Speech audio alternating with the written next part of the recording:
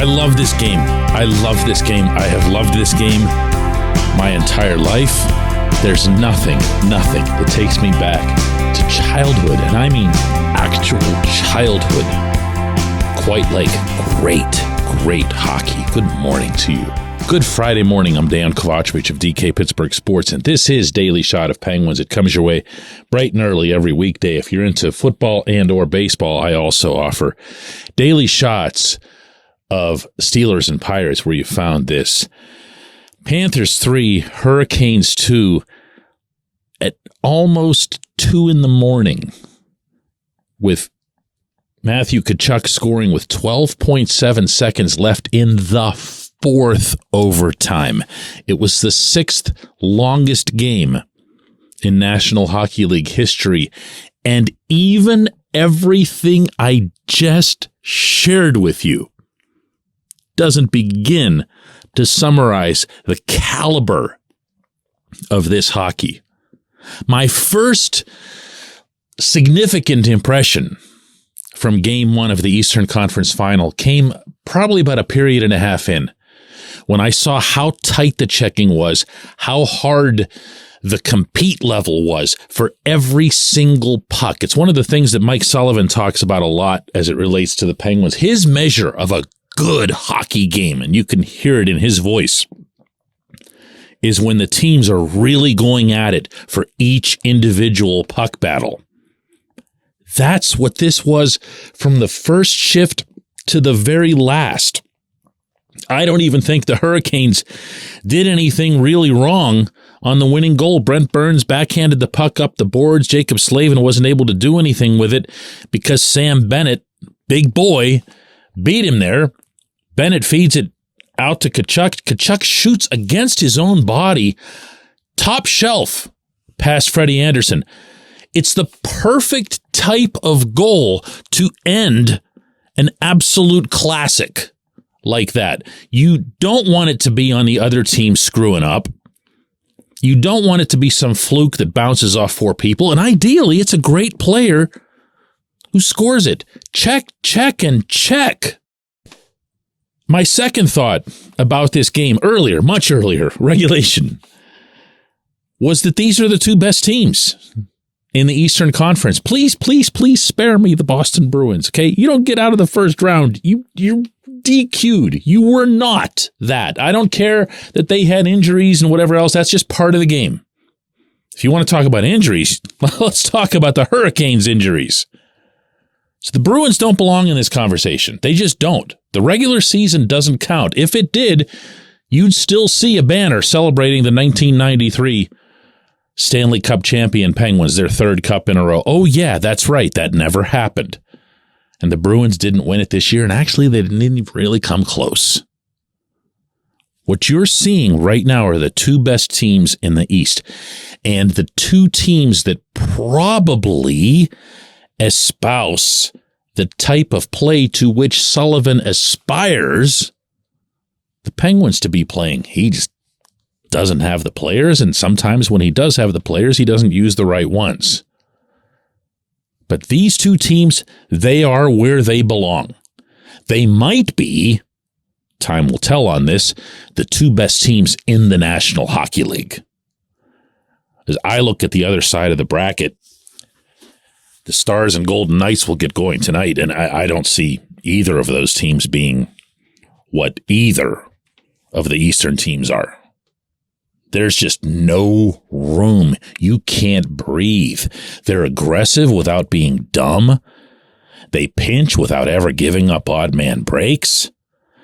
And, I've given it up for Sergei Bobrovsky, although I've certainly tormented him as much as every Pittsburgher has over the past few years. But I'll give it up just as much today to Freddie Anderson. I'd never seen that version of him. And in fairness, you always need to get out of Toronto to be your best self in a playoff setting, obviously. And Anderson was he was Bob's match all night.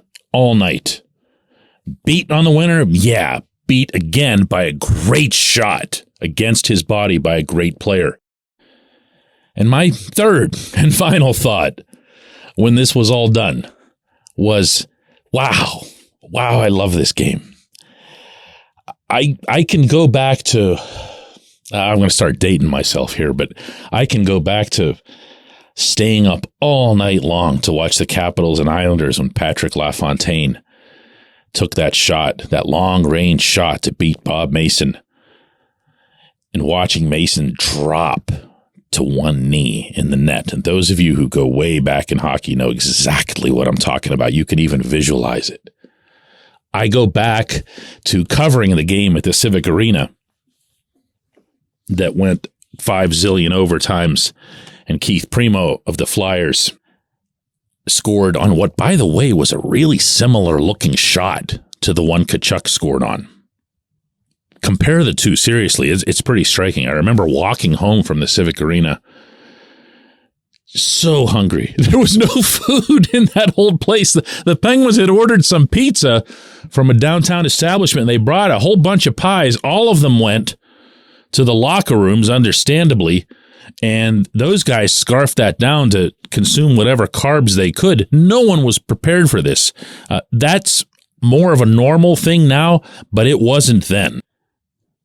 I covered Chris Kunitz in overtime against the Senators, covered the Penguins and Louis Domingue beating the Rangers in game 1 of their series up at the Garden last year. And there's just something about these games that's always hit me a certain way my whole life. It's the only sport where you can just play forever. And I know you can make that argument about baseball, but it doesn't happen. Every once in a blue moon in hockey, it goes this long. And this one almost went to a 5th overtime. And to see the players giving everything, to see them literally, in some cases, bleeding out there for their causes, to see the shots of the crowd, to see fans in Raleigh, North Carolina, living and dying by their team. There's a lot of emotions involved, including what all of this means for the growth of hockey in the South, to have all 4 of the semifinalists be in Las Vegas or South, to have almost the same level of emotion for the losers as you do for the winners, to try to picture what that must be like to compete that hard for that long and come up short, to try to imagine what these guys are going to have to go through to be ready for game 2 in a couple nights, which, by the way, will be the worst game of the entire Stanley Cup playoffs. Take that to the bank.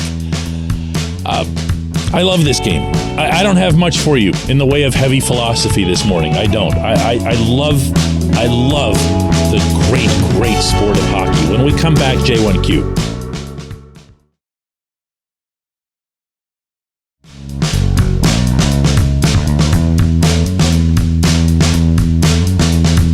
Today's J1Q comes from Cody, who says, "Hey DK, is it possible for the new general manager to give Jeff Carter an ultimatum that he could either waive his no movement clause and actually play for another team, or if he stays in Pittsburgh, he'll just ride the pine for the entire season? Do you feel Carter would rather end on his own note playing hockey somewhere else?" You can wish that, Cody. I know what you're doing there, man. You're trying to hope it into existence by asking about it. Carter, after the season was done, stated that his intention is to come back, that he loves the team, loves the everything. Nothing at all about moving, nothing at all about retiring, nothing at all about waiving anything. And there's no current GM. So any answer that I give you won't come with much substance. Can a GM come in and have a candid discussion with him? Sure. But in the process, do you risk alienating the guy, making him mad? What if, and just hear me out here, what if there was something that Carter was playing through and he wasn't about to tell people like me, as you saw from his demeanor with reporters over the course of the season, And you see what I'm saying? The most important thing that any incoming executive can do, and this goes for the GM, the assistant GM, whoever it is that they hire underneath them, and of course, to the very top, if they end up going with a two-headed management team to the head of hockey operations, they have to come in and learn. They have to ask a lot of questions. They have to study a lot of film. They have to study a lot of analytics. They have to have it put together in an organized form or fashion. They have to have a plan that's formulated even in advance of the interview process, but they have to have a plan that becomes specific to Pittsburgh in very short order. And part of that, a big part of that, I believe, is going to be dealing with Carter and Mikael Granlund and maybe even Jeff Petrie. Because if you add these three guys up, my goodness, I mean, they're taking up $15 million of cap space between them. That's wow. I mean, that handcuffs everyone involved, every position that I just mentioned. So it is going to have to be dealt with, and it is going to have to be dealt with among the first chronological priorities. But where Carter is concerned, you can't come in and introduce yourself to somebody, shake their hands, and then threaten them. You're not going to get anywhere. There has to be some semblance of diplomacy to the task. Not because you need to be nice to the guy while you're trying to get rid of him. There just has to be a way to carry yourself. Or else word of that gets out to the rest of the locker room and everything else here. I can feel right now, Cody, that you're rolling your eyes as I'm saying this, but this is real. This is not angry fan comes in and yells at Carter. This is a real setting. And it's one of the many reasons that I keep advising caution when social media goes berserk over whoever it is, whichever candidate it is, happens to be connected to advanced analytics. Oh, that must be the genius. That's the one we want.